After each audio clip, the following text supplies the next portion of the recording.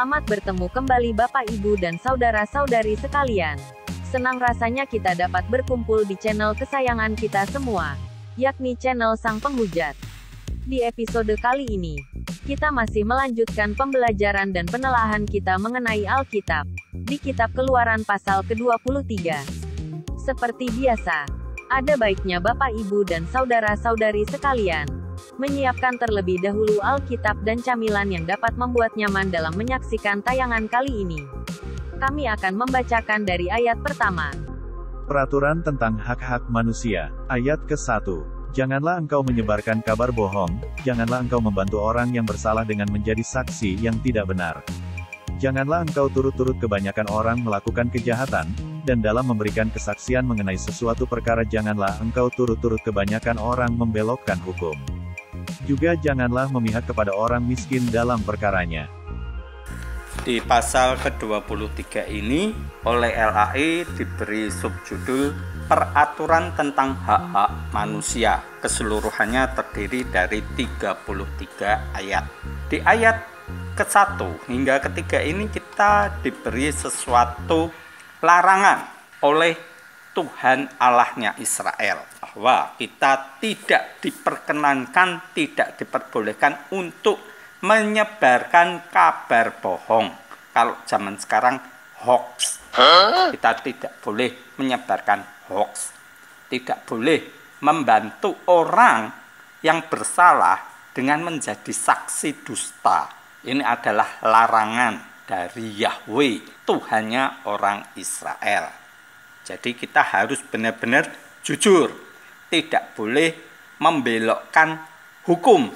Nah, ini kadang kita di zaman sekarang sering kita dibingungkan oleh adanya informasi yang simpang siur, sehingga kita sendiri sekarang menjadi bingung berita mana yang benar, karena yang satu ngomong A, yang satu ngomong B, sementara kejadiannya kita tidak tahu. Nah, ini karena adanya saksi-saksi dusta. Inilah yang dilarang oleh Yahweh, Tuhan Allahnya Israel. Yang lebih mengejutkan adalah di ayat ketiganya ini, ada larangan dari Tuhan agar kita tidak memihak kepada orang miskin dalam perkaranya. Ini sungguh mengherankan, karena kita tidak boleh memihak kepada orang miskin. Lah lantas siapa yang akan membela orang miskin kalau kita tidak boleh memihak kepada orang miskin dalam perkaranya? Oh no! Apakah ini merupakan kesalahan penulisan atau bagaimana? Tapi yang jelas di sini ayat ini berdiri sendiri dan memberitahukan kepada kita, janganlah memihak kepada orang miskin dalam perkaranya. Sungguh sesuatu yang sangat mengherankan jika Tuhan sendiri ternyata alergi terhadap orang miskin. Wah, ini kan parah.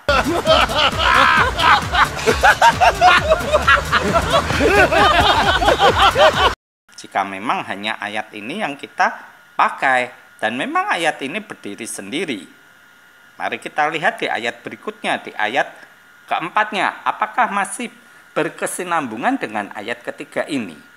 Ayat keempat. Apabila engkau melihat lembu musuhmu atau keledainya yang sesat, maka segeralah kau kembalikan binatang itu. Apabila engkau melihat rebah keledai musuhmu karena berat bebannya, maka janganlah engkau enggan menolongnya. Haruslah engkau rela menolong dia dengan membongkar muatan keledainya.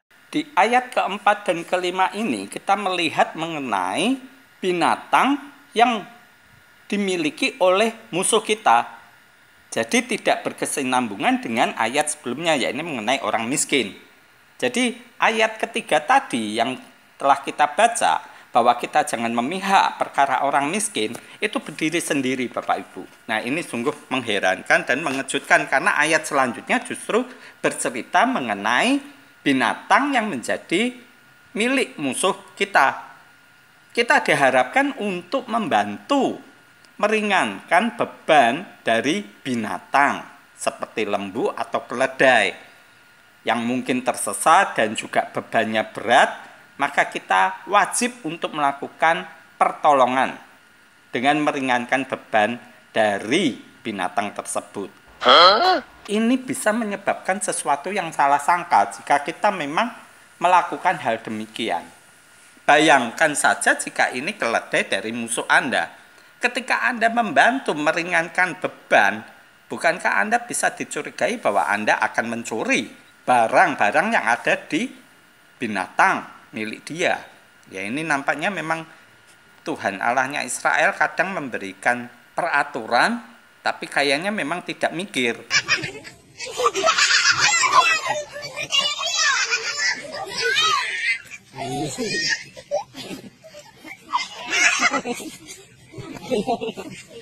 Kalau kita di sini menolong binatang yang menjadi milik musuh kita, begitu kita dekat saja, pasti musuh kita sudah curiga, akan berpikiran buruk terhadap kita.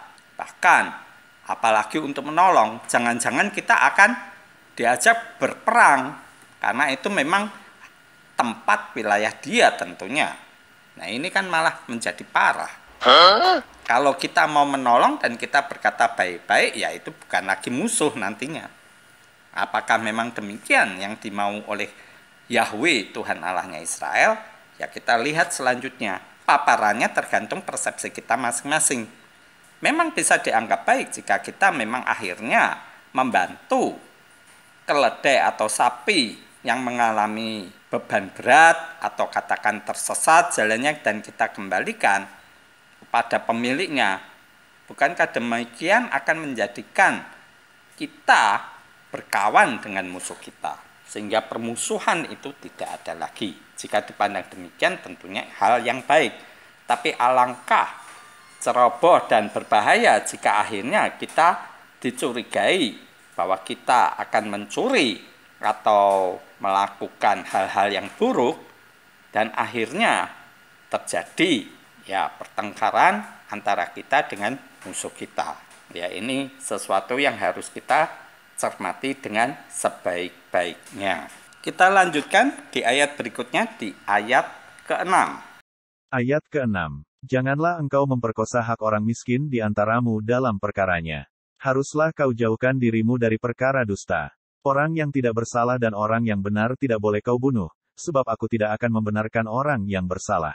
Di ayat ke-6 dan ke-7 ini, kita kembali diberi larangan, aturan pelarangan dari Yahweh Tuhan Allahnya Israel. Dan ini nampaknya terkait dengan ayat ketiga tadi. Dikatakan di sini, janganlah engkau memperkosa hak orang miskin di antaramu dalam perkaranya. Ini bisa kita sambungkan dengan ayat sebelumnya di ayat ketiga tadi, di mana di ayat ketiga kita dilarang untuk membela perkara orang miskin, tapi di sini kita diberi sambungannya bahwa kita dilarang memperkosa hak orang miskin. Jadi memang kita sebenarnya menurut saya wajib untuk membela hak orang miskin. Jadi kita sebaiknya men-skip ayat ketiga tadi. Karena di sini kita melihat bahwa Tuhan justru ingin kita membela. Ada larangan untuk jangan memperkosa hak orang miskin. Berarti jangan menghilangkan apa yang menjadi hak orang miskin di dalam perkaranya. Kita wajib untuk membela. Dan di ayat ketujuhnya kita kembali diingatkan untuk tidak berdusta. Jadi kita harus benar-benar mengatakan segala sesuatu dengan penuh kejujuran. Karena Tuhan tidak akan membenarkan orang yang bersalah. Tentunya salah benarnya ada di pikiran Tuhan, di dalam pertimbangan Dia, bukan apa yang menjadi pemikiran kita. Kita lanjutkan di ayat berikutnya, di ayat ke-8. Ayat ke-8. Suap janganlah kau terima, sebab suap membuat buta mata orang-orang yang melihat dan memutarbalikkan perkara orang-orang yang benar.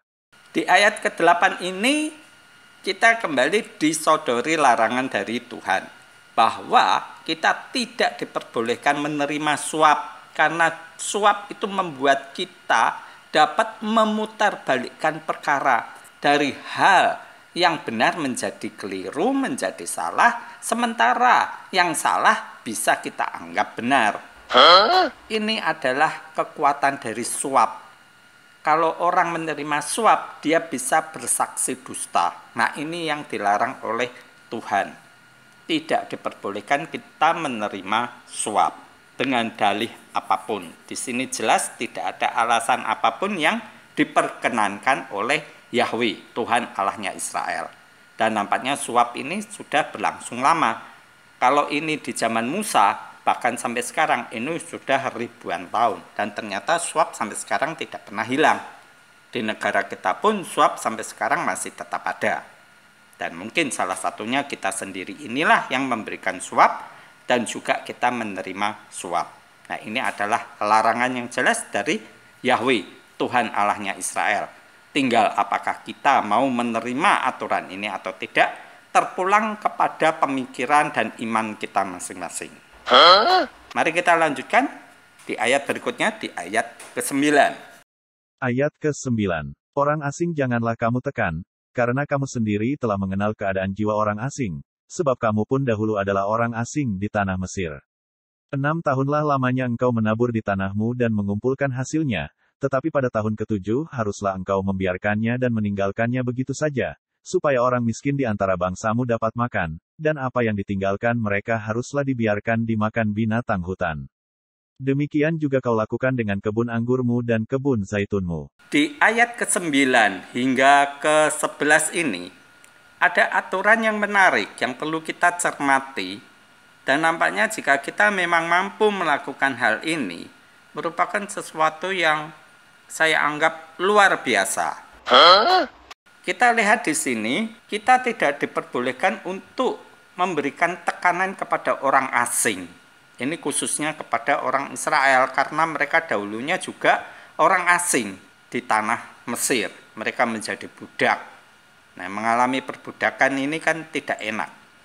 Nah, ini diingatkan kembali oleh Tuhannya. Dan kemudian kita lihat bahwa ada aturan orang Israel ini selama 6 tahun mengumpulkan hasil dari pertanian dan perkebunannya.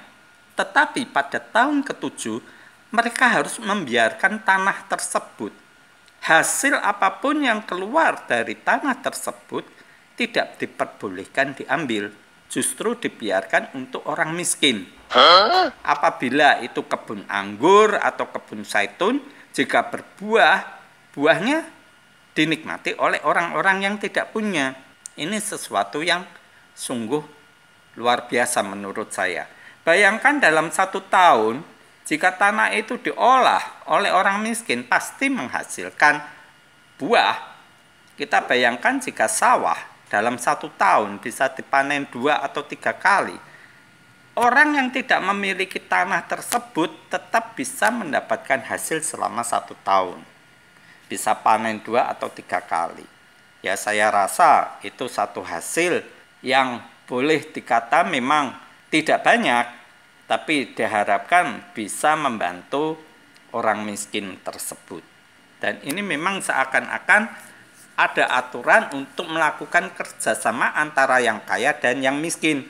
Yang kaya yang memiliki tanah mendapatkan hasil tiap tahun selama 6 tahun. Sementara si miskin yang tidak punya tanah hanya bisa panen pada tahun tersebut. Hanya setahun saja. Mari kita lanjutkan di ayat berikutnya, di ayat ke-12. Ayat ke-12. 6 harilah lamanya engkau melakukan pekerjaanmu, tetapi pada hari ke-7 haruslah engkau berhenti, supaya lembu dan keledaimu tidak bekerja dan supaya anak budakmu perempuan dan orang asing melepaskan lelah. Di ayat ke-12 ini ada peraturan mengenai cara kita bekerja yang diterapkan oleh Yahweh Tuhan Allahnya Israel, bahwa orang bekerja itu selama 6 hari dan pada hari ke-7 diharuskan beristirahat. Sehingga ini binatang-binatang yang tadinya bekerja membajak sawah dan lain sebagainya, keledainya yang memikul beban, kemudian budak-budaknya ini bisa beristirahat. Ini ada aturan yang diterapkan, yang diturunkan oleh Tuhan Allahnya Israel. Dan nampaknya ini diikuti oleh hampir semua bangsa di dunia, bahwa memang kita bekerja selama 6 hari. pada hari ketujuh kita liburan, kita refreshing, melepaskan lelah kita. Dan nampaknya memang peraturan ini masih relevan hingga sekarang. Kita lanjutkan di ayat berikutnya, di ayat ke-13. Ayat ke-13. Dalam segala hal yang kufirmankan kepadamu haruslah kamu berawas-awas, nama Allah lain janganlah kamu panggil, janganlah nama itu kedengaran dari mulutmu. Di ayat ke-13 ini, kembali diulang perintah dan juga larangan dari Tuhan Allahnya Israel. Orang Israel ini tidak diperbolehkan mempunyai Allah lain. Ini sama seperti dasatitah yang ditulis di tabut perjanjian, bahwa janganlah ada nama Allah lain yang dipanggil oleh orang Israel ini, sama seperti yang di dasatitah tersebut. Ini hanyalah pengulangan larangan dari Yahweh, Tuhan Allahnya Israel, untuk Bani Israel. Tapi sekarang pun ini diterapkan pada kita semua, orang-orang Nasrani, baik Katolik maupun Kristen. Kita lanjutkan di ayat berikutnya, di ayat ke-14. Peraturan tentang kebaktian dan hari-hari raya. Ayat ke-14. 3 kali setahun haruslah engkau mengadakan perayaan bagiku.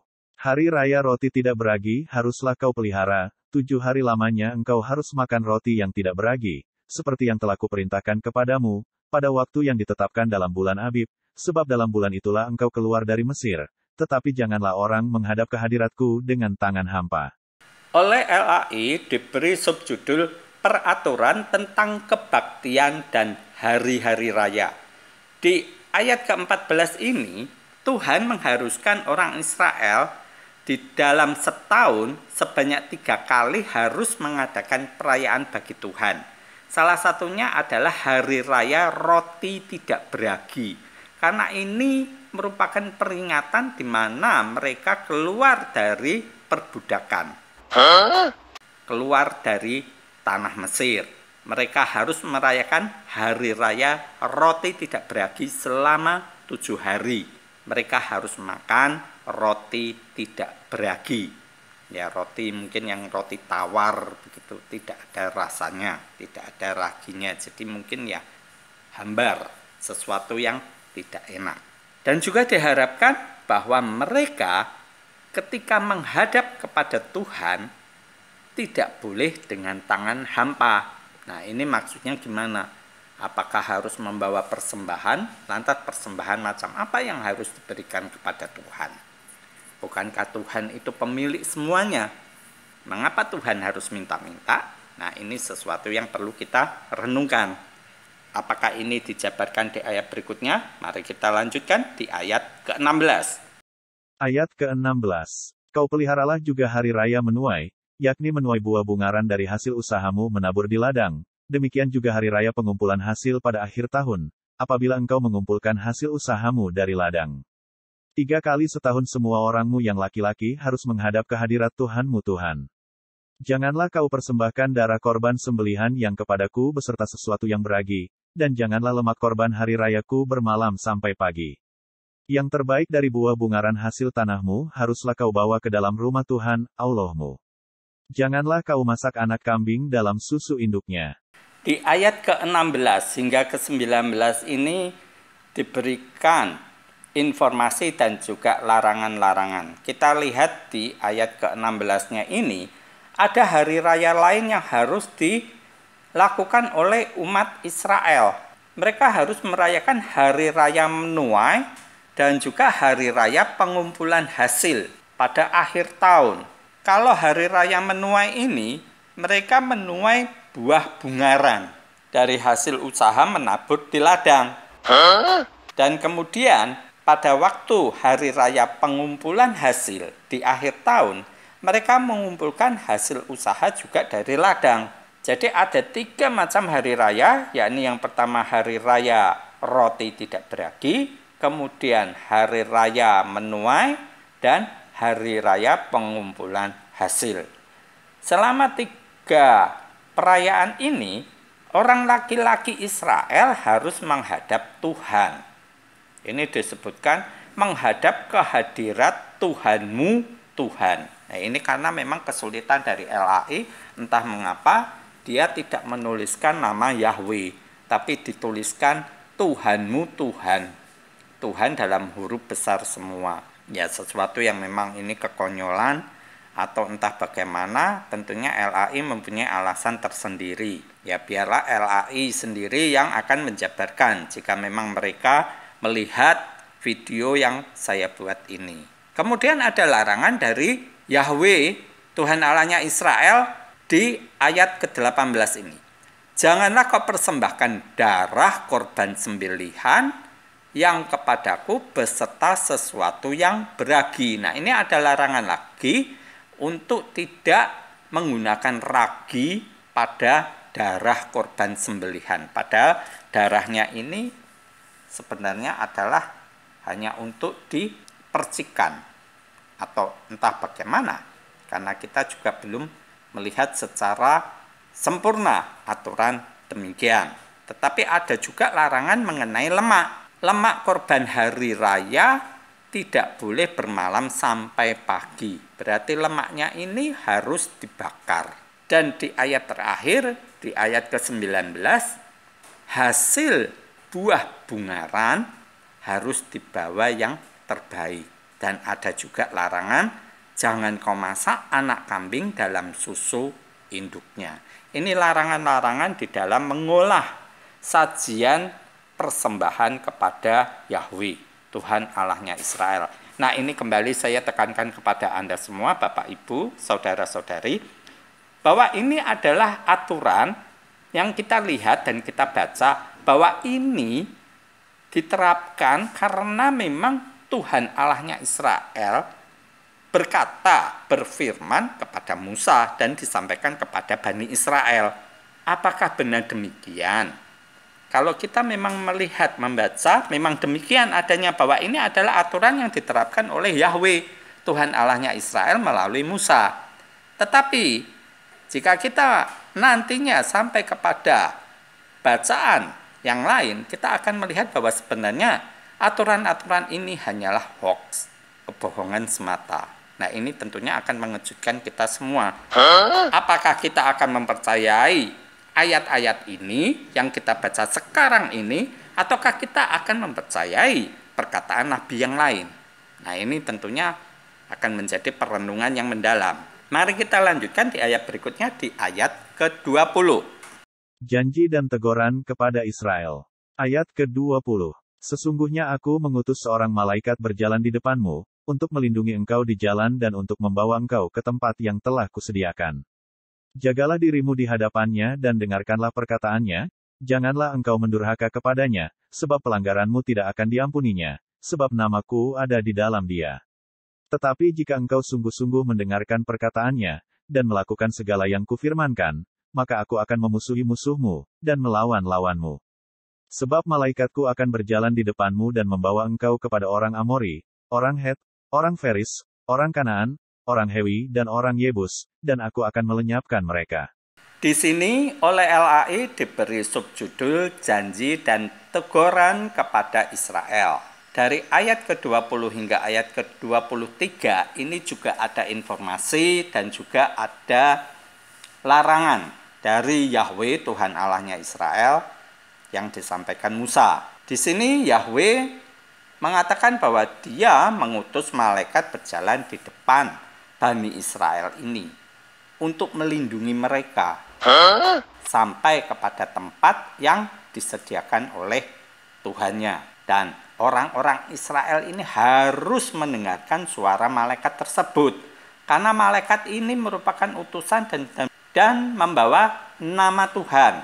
Jadi kalau orang-orang Israel ini mentaati perintah dari Tuhan ini, nantinya Tuhan akan melenyapkan orang-orang yang memusuhi orang-orang Israel ini.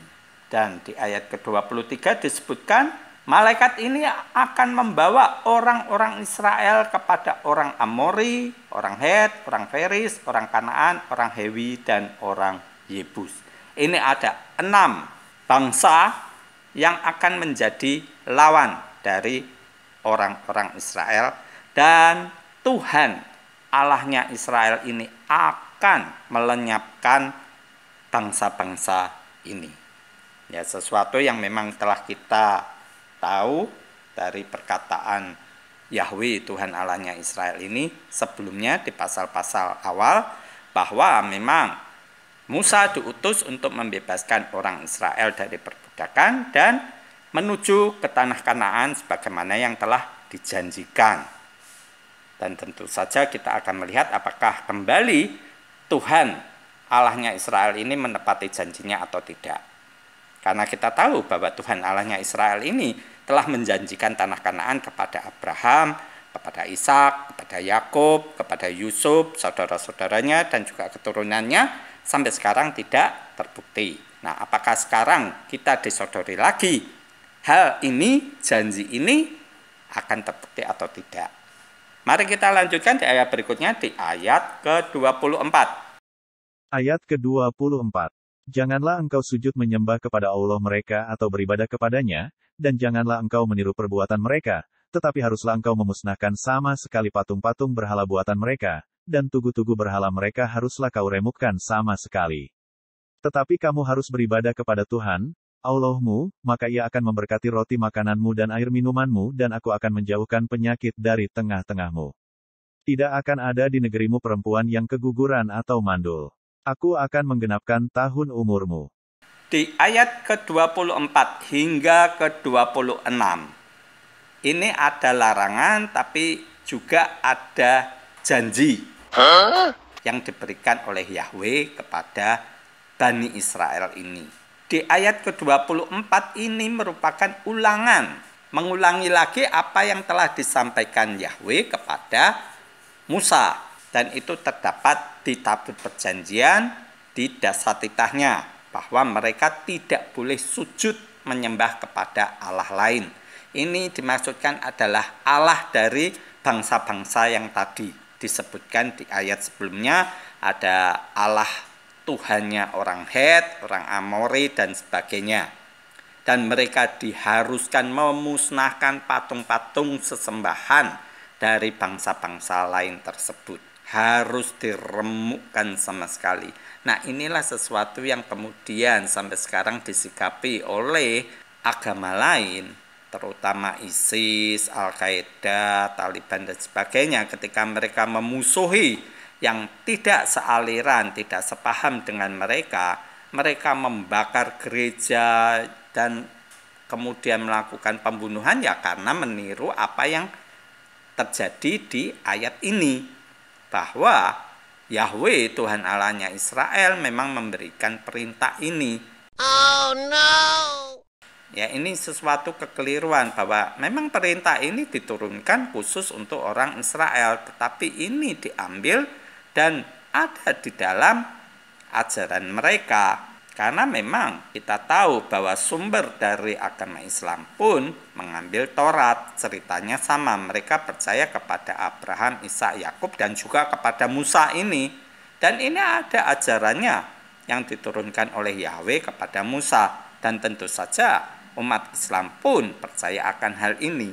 Mengambil ayat ini dan kemudian ditindaklanjuti dengan wujud melakukan pembakaran terhadap gereja-gereja, rumah ibadah lain, baik itu vihara, kelenteng, dan lain sebagainya, melakukan pemusnahan terhadap makhluk hidup yang lain yang tidak sepaham, tidak seagama dengan mereka. Nah, ini sesuatu yang patut kita cermati, karena memang ayatnya ini ada, bahkan di ajaran kita sendiri. Dan kita lihat juga di ayat ke-25 dan 26 ini, ada janji Tuhan bahwa Ia akan memberkati makanan dan minuman orang-orang Israel ini, menjauhkan penyakit dari mereka. Tidak ada wanita yang keguguran ataupun yang mandul. Ini janji-janji yang diberikan Yahweh kepada orang Israel ketika mereka mentaati perintah-perintah Tuhannya. Apakah memang benar demikian? Nah, ini sesuatu yang memang patut kita renungkan dengan nalar yang cerdas dan akal yang waras. Karena memang sampai sekarang pun saya rasa Orang Israel yang wanita bisa saja keguguran dan bisa juga mandul. Apakah dengan demikian mereka ini tidak mentaati perintah Tuhannya? Ya, itu suatu pernyataan yang sangat subjektif dan tidak dapat dipertanggungjawabkan. Hanya satu penghakiman yang omong kosong menurut saya. Jika saya mengatakan orang Israel, khususnya yang wanita, dia mandul atau keguguran, berarti kamu tidak mentaati perintah Yahwehmu, yaitu sesuatu yang konyol bagi diri saya sendiri. Kita tidak tahu apa yang menyebabkan wanita ini keguguran ataupun mengalami kemandulan. Tapi jika ini dikembalikan pada ayat-ayat ini, ya jelas bahwa orang Israel, si wanita ini pastinya tidak mentaati perintah dari Tuhannya. Mari kita lanjutkan di ayat berikutnya, di ayat ke-27. Ayat ke-27. Kengerian terhadap aku akan kukirimkan mendahului engkau, aku akan mengacaukan semua orang yang kau datangi, dan aku akan membuat semua musuhmu lari membelakangi engkau. Lagi aku akan melepaskan tabuhan mendahului engkau, sehingga binatang-binatang itu menghalau orang Hewi, orang Kanaan dan orang Het itu dari depanmu. Aku tidak akan menghalau mereka dari depanmu dalam 1 tahun, supaya negeri itu jangan menjadi sepi, dan segala binatang hutan jangan bertambah banyak melebihi engkau. Sedikit demi sedikit aku akan menghalau mereka dari depanmu, sampai engkau beranak cucu sedemikian, hingga engkau dapat memiliki negeri itu. Di ayat ke-27 hingga ke-30, ini adalah merupakan janji dari Tuhan Allahnya Israel. Satu pernyataan, satu klaim yang diberikan. Tapi apakah benar demikian? Kita akan melihat kelanjutannya di cerita-cerita berikutnya, di pasal berikutnya. Di sini dikatakan bahwa Tuhan akan memberikan kengerian kepada bangsa-bangsa lain yang akan didatangi. Dia akan memberikan kekacauan kepada bangsa-bangsa tersebut. Ini sesuatu juga hal yang patut kita pertimbangkan, satu hal yang patut kita renungkan. Kata kengerian ini adalah teror. Jadi memang Yahweh ini suka dengan segala hal yang berbau teroris. Teroris adalah orangnya, sifatnya. Jadi kengerian ini teror akan diberikan Tuhan kepada bangsa-bangsa yang akan didatangi oleh Bani Israel ini. Sehingga bangsa tersebut akan lari tunggang langgang keluar dari tempatnya. Nah ini Tuhan juga akan melepaskan binatang-binatang untuk menghalau bangsa Hewi, orang Kanaan, orang Het. Apakah benar demikian? Ya kita akan mencermati di ayat-ayat mendatang, di cerita yang mendatang. Apakah benar demikian bahwa orang-orang Het, orang Hewi, orang Kanaan akan lari keluar dari negaranya karena adanya binatang-binatang yang menyerbu mereka? Kita akan mencari cerita tersebut. Tetapi sejauh yang saya tahu justru tidak ada kejadian tersebut. Nah ini harus kita cermati, harus kita renungkan. Apakah ayat-ayat yang ditulis ini benar demikian ataukah tidak. Tetapi kita lihat inilah janji-janji Yahweh Tuhan Allahnya Israel melalui Musa diberikan kepada orang Israel.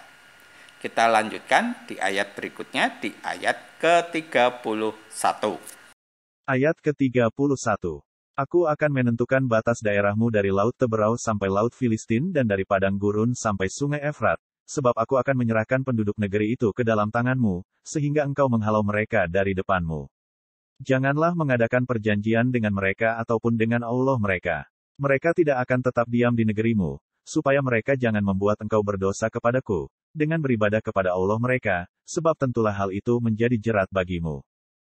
Di ayat-ayat terakhir ini, dari ayat ke-31 hingga ke-33 ini, ada janji tapi juga ada larangan dari Yahweh Tuhan Allahnya Israel. Di sini kita melihat ada batas-batas daerah yang akan diberikan Tuhan kepada Bani Israel. Dan Tuhan ini akan menyerahkan penduduk tersebut yang tanahnya akan dikuasai oleh Bani Israel. Dan diharapkan ada larangan yang diberikan Yahweh kepada orang Israel untuk tidak melakukan perjanjian dengan bangsa-bangsa tersebut, terutama Allah mereka. Nah, ini juga sesuatu yang mengherankan untuk saya. Jika memang Yahweh ini adalah Allah, Tuhan, sosok sesembahan yang top markotop, yang tidak ada tandingannya, mengapa dia harus bingung dengan Allah-Allah dari Bani Het, Kanaan, Amori, dan lain sebagainya? Jika memang dia Allah yang berkuasa, yang tidak ada lagi tandingannya, mengapa harus dibingungkan mengenai perjanjian-perjanjian orang Israel dengan Tuhan mereka? Bukankah itu hanya omong kosong belaka? Dan bukankah kita melihat bahwa Yahweh ini mampu mengubah hati Fir'aun dan seluruh orang Mesir dengan seenaknya sendiri? Telah berkali-kali Fir'aun bertobat tetapi dikembalikan untuk menyangkal. Bukankah hal yang mudah yang dapat dilakukan oleh Yahweh ini terhadap orang Israel untuk tetap kukuh menuruti perintahnya? Mengapa sekarang dia harus memberikan larangan semacam ini? Bukankah dengan mudah sebenarnya Yahweh ini meneguhkan hati orang Israel untuk tetap mengikuti segala perintahnya? Namun dengan adanya larangan semacam ini, jangan-jangan memang Yahweh, Tuhan Allahnya Israel ini hoax, omong kosong doang, bahwa dia tidak memiliki kemampuan apa-apa. Please, objektif. 진짜 빨리 확인해봐. 이제 답답해 미치겠네. 진짜. Tidak lebih hanya tukang jual obat murahan di pinggir jalan. Khasiatnya tidak ada, tapi teriak-teriaknya kencang sekali.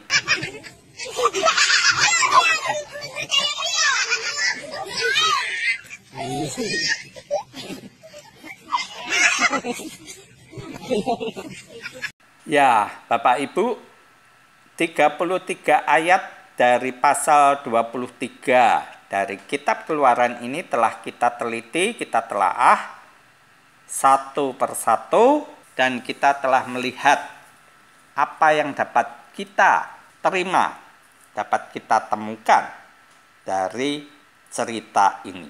Harapan saya bahwa apapun analisa yang telah saya sodorkan kepada Anda, dapat Anda renungkan, dapat Anda cermati dengan akal yang waras, dengan pikiran yang cerdas, dan tentunya dengan dasar iman yang ada pada diri Anda masing-masing. Besar harapan saya bahwa apapun yang saya jabarkan ini dapat membuat Anda menemukan hal-hal yang lebih mencerdaskan dan juga menguatkan iman Anda. Jangan langsung percaya dengan apa yang saya jabarkan. Dan begitu juga dengan khotbah-khotbah para pendeta. Anda cermati sendiri dari apa yang tertulis di Alkitab kita ini. Dan besar harapan saya, Anda akan tetap setia mengikuti channel Sang Penghujat ini dan berkenan untuk membagikan apa yang ada pada diri Anda melalui komentar-komentar yang dapat Anda tuliskan di kolom komentar di video ini. Saya mengucapkan banyak terima kasih kepada Anda semua yang telah berkenan memberikan perhatian yang penuh terhadap channel Sang Penghujat ini. Besar harapan saya kita dapat bertemu kembali di episode-episode mendatang. Sekali lagi terima kasih. Shalom.